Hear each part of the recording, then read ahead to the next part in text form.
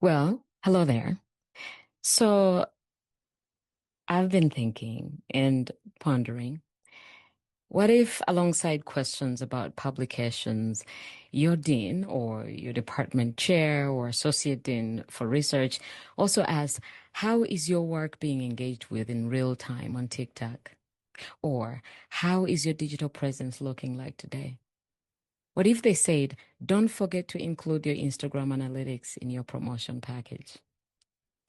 You see, this past week, I found myself in Washington, D.C., attending the Betty Irene Moore Nursing Innovators and Leaders Fellowship Convocation.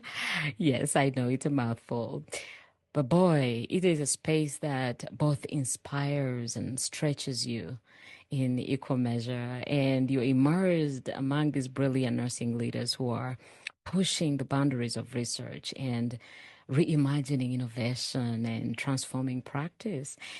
And in the middle of all that, I was asked a question by a nursing leader. How are those publications coming along? And of course, that matters, right? Publications matter. They always will. And so I answered.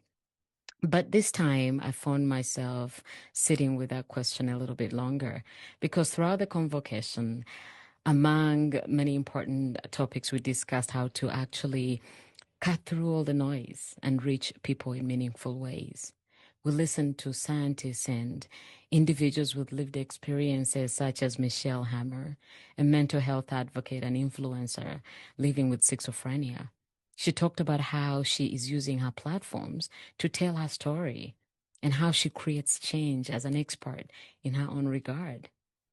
How do we make sure that what we know as scientists actually reaches the people who need it most?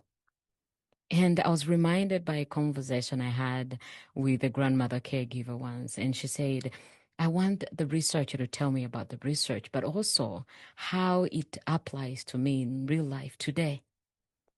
And that really switched something for me.